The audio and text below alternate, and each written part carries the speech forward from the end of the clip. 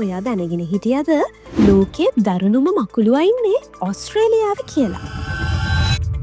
ලොව භයානකම සහ දරුණුම මකුළුවා විදියට සැලකෙන සිඩ්නි ෆනල් වෙබ් මගලුවා ඔස්ට්‍රේලියාවේ සිඩ්නි නගරයේ සහ ඒ අවට කිලෝමීටර් 160ක පමණ සීමිත ප්‍රදේශයක පමණක් දැකගන්න පුළුවන් සුවිශේෂී සත්වයෙක්. මේ මකුළුවන් ප්‍රමාණයෙන් සෙන්ටිමීටර් 1 සිට 5 දක්වා වුණත් මූන් සතුව තියෙන අතිශය ප්‍රබල විෂ වගේම දරුණු ආක්‍රමණශීලී හැසිරීම නිසා ලොව අංක 1 මාරාන්තික මඟුරුවන් ලෙස විද්‍යාඥයින් මොවුන්ව හඳුන්වනවා. මේ ෆනල් වෙබ් මඟුරුවගේ තියෙන සුවිශේෂී ලක්ෂණයක් තමයි උගේ තියෙන ශක්තිමත් දල දෙක.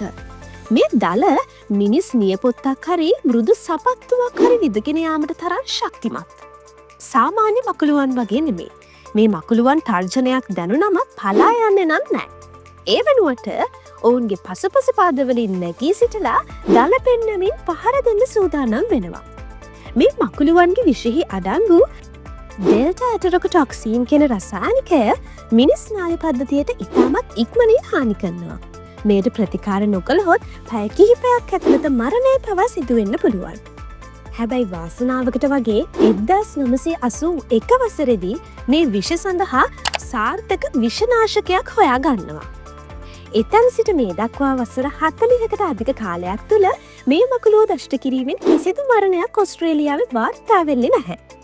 තෙතමනේ සහිත ස්ථානවල වගේම නිවාසවල ගෙවත තුළ මුන් නිතරම ගැවසෙන නිසා සිඩ්නි වැසියන් වැසි දිනවල තමන්ගේ පාවහන් පල දෙන්න පෙර ඒව පරීක්ෂා කරන්න හැම විටම වග බලා ගන්න ඕනේ.